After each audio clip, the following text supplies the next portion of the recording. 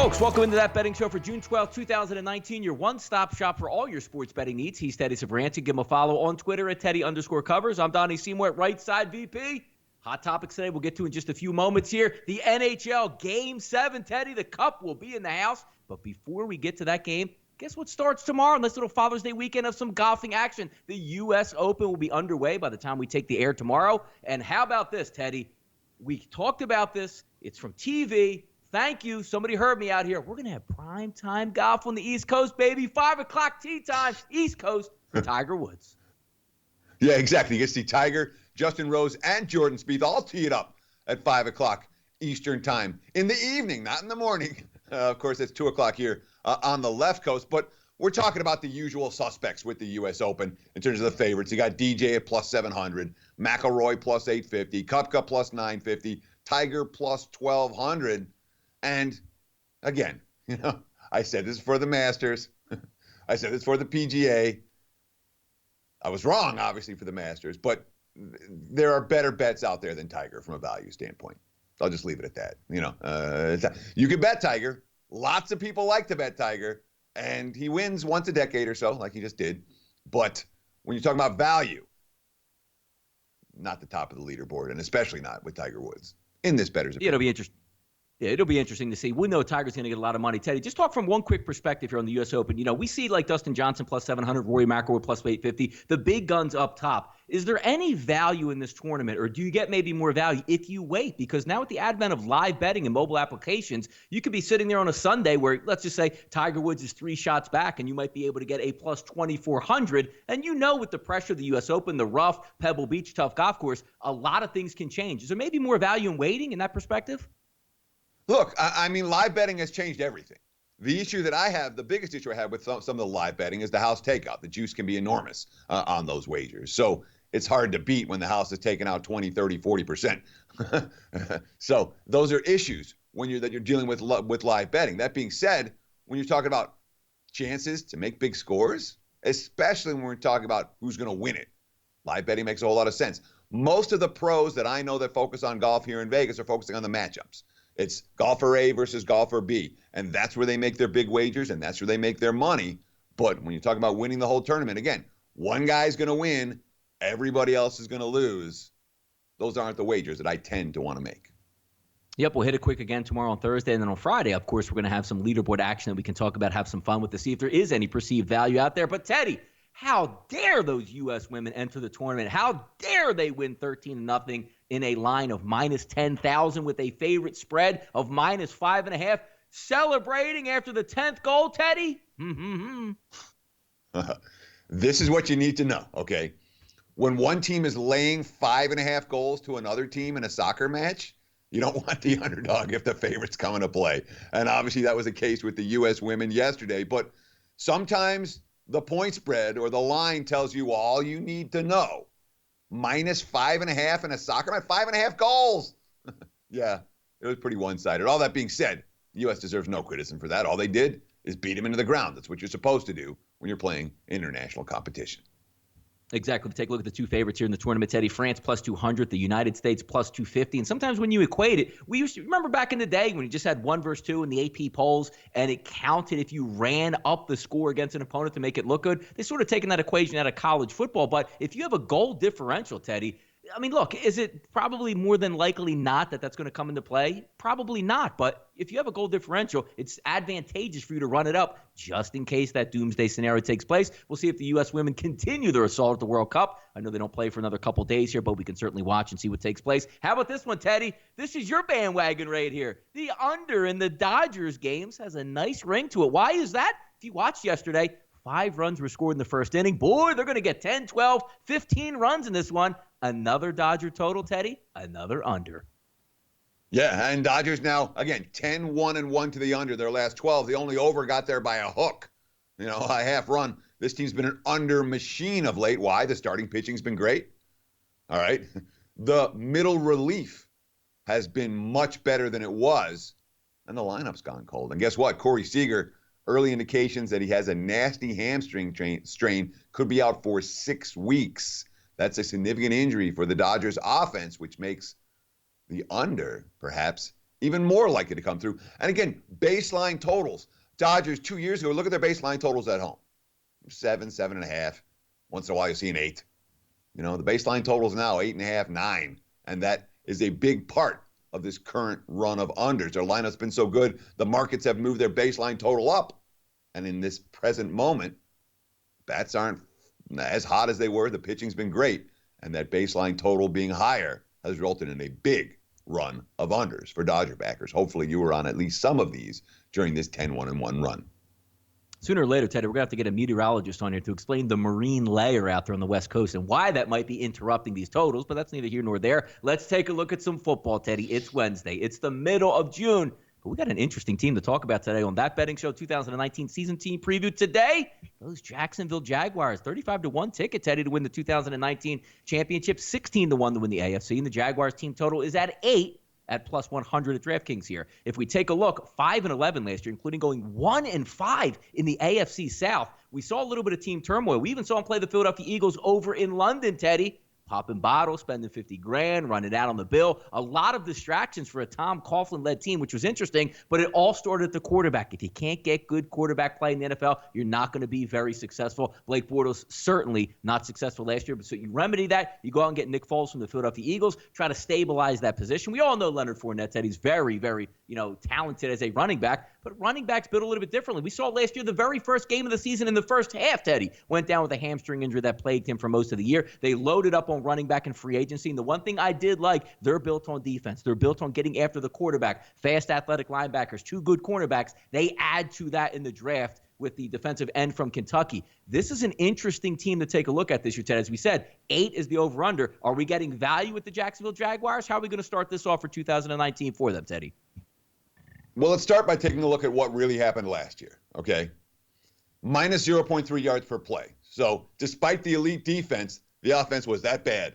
They were outgained by 0.3 yards every snap compared to what they allowed. Minus 0.2 yards per rush. Fournette's injury certainly has something to do with that. They couldn't run the football. Defense was decent against the run. The offense wasn't there. QB rating. Well, there wasn't any difference or much difference between Bortles and Kessler. Between them, they were a 79.1 last year, bottom tier. Opposing QBs only had an 84.4 against the Jags defense. That's number 6 in the NFL. That was an elite pass defense again last year. But, of course, the 2 biggest factors for Jacksonville's nightmare season a year ago, minus 12 in turnovers, and the single toughest schedule in the NFL based on the final records and my power ratings of the games the weeks were played. They played a brutal slate, and they played all the wrong teams at the wrong times. This year, their schedule is slightly tougher than the league average, nowhere near as tough as last year. You talk about bringing in Nick Foles, and Foles has shown signs he's never been an effective NFL starting quarterback over a 16-game season. Well, I guess he had that one magic season under Chip Kelly. But even that wasn't a full season. Foles has had his moments, but the consistency hasn't been there. Reuniting him with DeFilippo makes a ton of sense. And DeFilippo, I thought, he got screwed in Minnesota last year when he took that offense coordinator job. But the reason he got fired, the reason Zimmer let him go is because he wanted to throw the football, and Minnesota wanted a run-first approach. Guess what Doug Marrone wants? He wants a run-first approach. Guess what Tom Coughlin wants? He wants a run-first approach. So it's an interesting hire. I like DeFilippo. I wonder how it plays. So now we have Foles. Well, look, this is a team that has potential at wide receiver, playmaker. There's not a ton of proven talent. They had second-round pick DJ Chark last year, did nothing. Is he going to do anything? Teddy Westbrook, can he do something this year? Keelan Cole disappeared last year. They need some of these wide receivers to step up. They need Fournette to be healthy. They need the offensive line to play well. A lot of issues. When you talk about the offseason moves, on defense, Malik Jackson goes, Deshaun Gibson goes. They have nobody at tight end right now. Telvin Smith out of the play right now. And in terms of additions, not that much other than Foles. And, of course, we do like what they did in the draft. Juwan Taylor's a good addition. Josh Oliver, a tight end, has potential. And, of course, you talked about Josh Allen already. But they are an interesting team, okay? There are holes for Jacksonville, and yet the potential is there for them to, exceed what they did 2 years ago, but have a special season, make some noise, and maybe win 9 or 10 games. That is possible for this squad. 8, to me, looks like the right number for the Jags. And frankly, If I'm going to bet him, I ain't betting him over 8.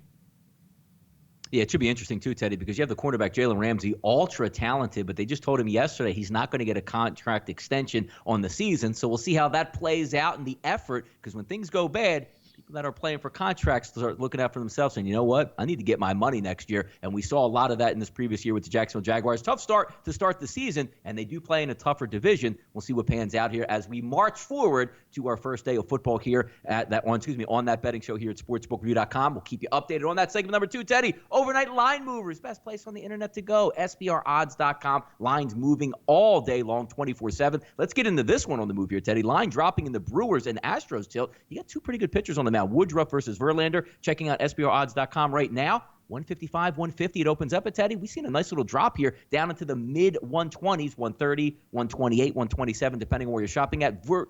Woodruff versus Verlander tonight. Okay, I'm not here to rationalize it. I'm here to explain it. Okay, this is what the wise guys are thinking right now. Money poured in against Verlander in his last start, and money is pouring in against Verlander in this start, despite the fact that he's been a dominant pitcher all season long, ERA of 2.40. Well, his xFIP, his fielding independent pitching adjusted for ballparks, isn't 2.40. It's 3.68. He has a 172 BABIP, batting average on balls in play. That's unsustainably low. He's been very lucky when opponents have hit the ball, they've hit it at somebody. He has an 89.9% strand rate. Again, unsustainable numbers. You cannot strand 90% of the runners that get on base against you over the course of a season. So what the markets are saying is, Verlander, you're due for a correction, hence all the money for Milwaukee. Money moving in the Giants' direction, Teddy, something that we have seen quite a bit here, especially when they're playing at home in San Francisco. The Padres opened up as high as 150 with Lucchesi on the mound, dipped to that low 120 range, 121, 122, but now seeing a little bit of a rebound here at SBRodds.com. Minus 131s, minus 132s now showing up with a total of 7.5. Lucchesi versus Anderson tonight.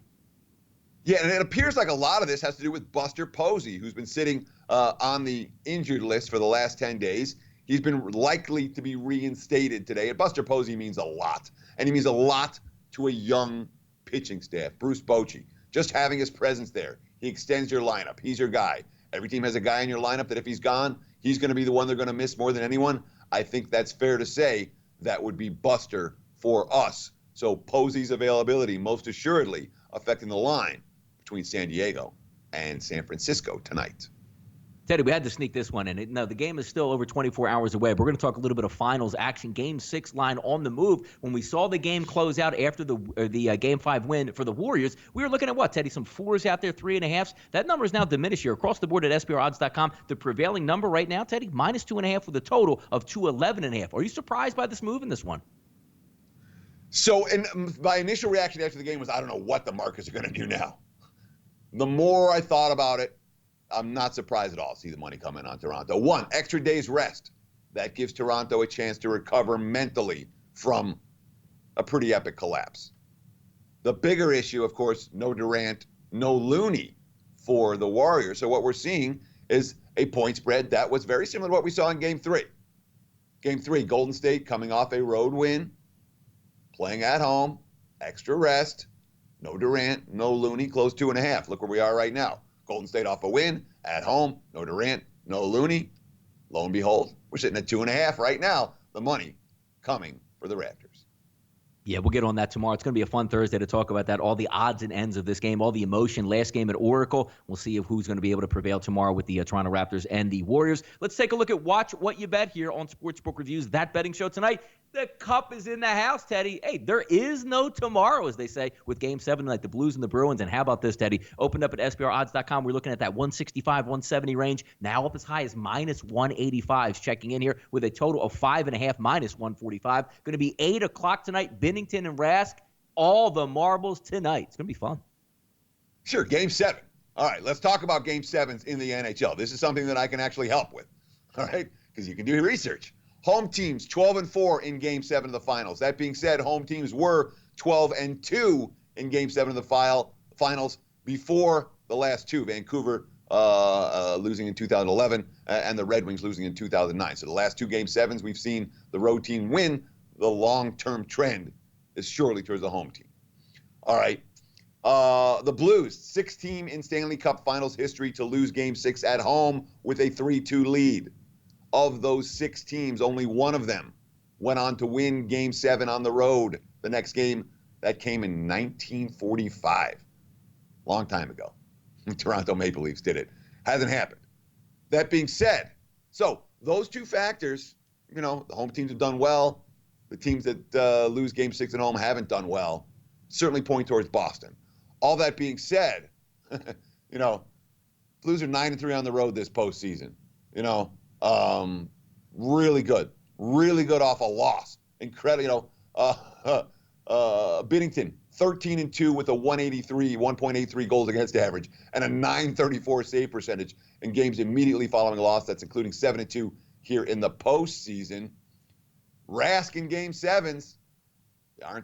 Numbers aren't that pretty. Just an 877 save percentage, 3.18 goals against average. But this postseason elimination games, he's been real good. 5-0 with a 973 save percentage. All of these factors, all of these numbers that I'm quoting, say this should be a fairly even game. When you're getting a plus price in an even game, I could only look towards the dog in this one.